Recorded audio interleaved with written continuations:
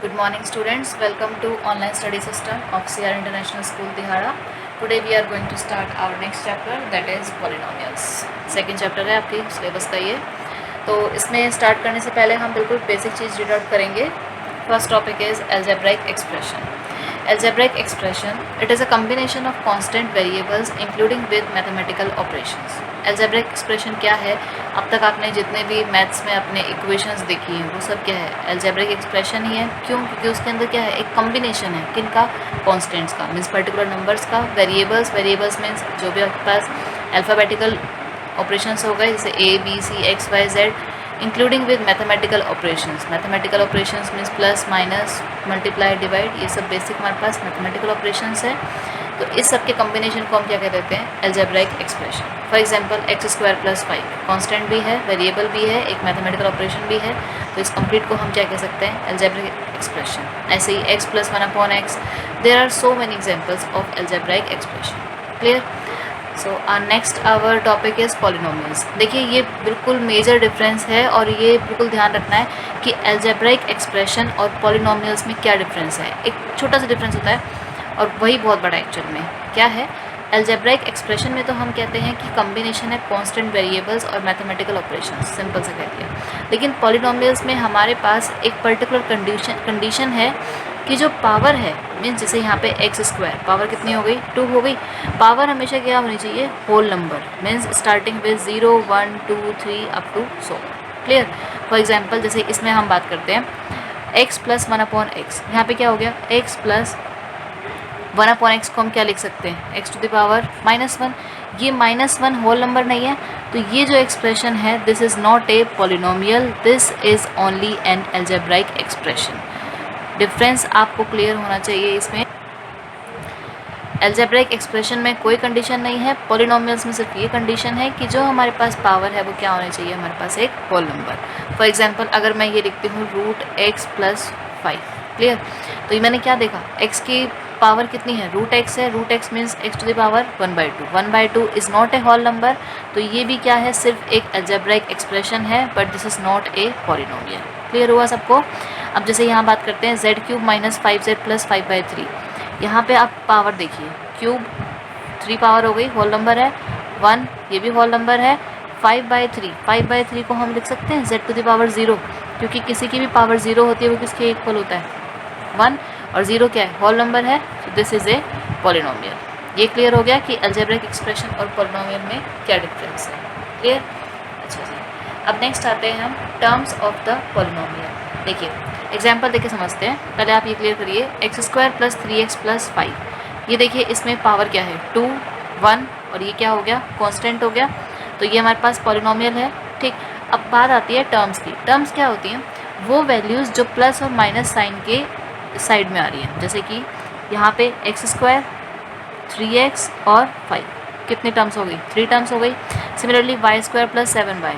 Plus से इस side एक टर्म है, y² एक इस साइड है 7y. तो y² और 7y नंबर ऑफ टर्म्स कितनी हो गई? इसमें 2 टर्म्स. और एग्जाम्पल ले लेते हैं z - 3. एक टर्म क्या हो गई? z. एक टर्म कितनी हो गई? 3. तो यहाँ पर भी कितनी टर्म्स हो गई?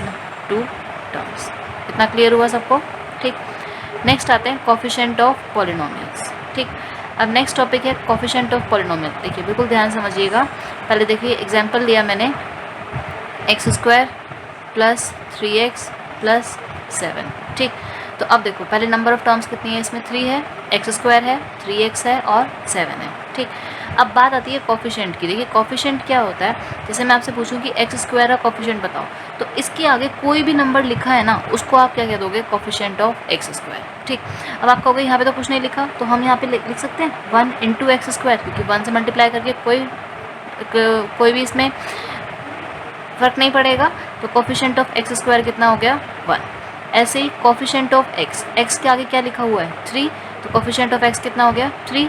कांस्टेंट टर्म जिसके साथ कोई भी वेरिएबल नहीं हो वो क्या होती है हमारे पास? Constant term. वो कितनी हो गई हमारे पास? 7. क्लियर?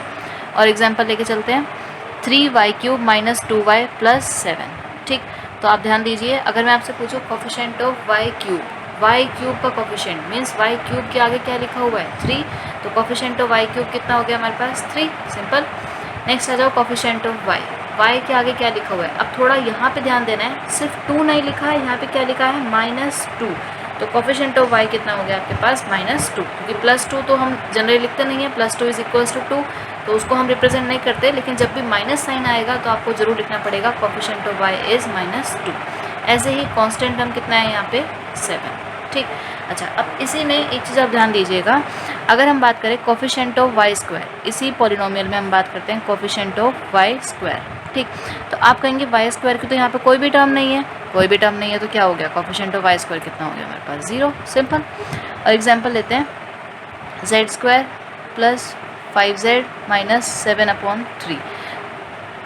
चलिए अब मैं आपसे पूछती हूँ z² का कोफिशिएंट कितना है, इसके आगे कुछ नहीं लिखा हुआ, मतलब 1 है, तो z² का कोफिशिएंट हो गया 1, कोफिशिएंट ऑफ z कितना हो गया 5, और यहाँ पे कांस्टेंट टर्म कितनी होएगी 7/3 नहीं होएगी, कितनी रहेगी हमारे पास -7/3।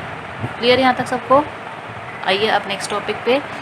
Next is degree of polynomial. Degree of polynomial होता है highest power in a polynomial is known as degree of the polynomial. कहते हैं किसी भी पॉलिनोमियल की जो हाईएस्ट पावर होती है ना, उसको हम क्या कहते हैं, degree. For example x⁵ 5 + x³ + 3। अब मुझे क्या दिख रहा है यहाँ पे, पावर कितनी है 5 है, 3 है, और यहाँ पे सिंपल 3, तो मुझे, और ये तो कांस्टेंट है, तो हाईएस्ट पावर कितनी हो गई 5, तो degree of the polynomial is equals to 5।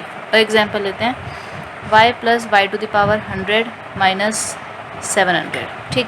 मैं पूछते हैं आपसे डिग्री कितनी है, ये तो कांस्टेंट है, इसको तो छोड़ दो, यहाँ पे y मीन्स पावर कितनी है इसकी 1, इसकी पावर कितनी है 100, तो इस पूरे पॉलिनोमियल की डिग्री कितनी हो जाएगी हमारे पास 100। क्लियर?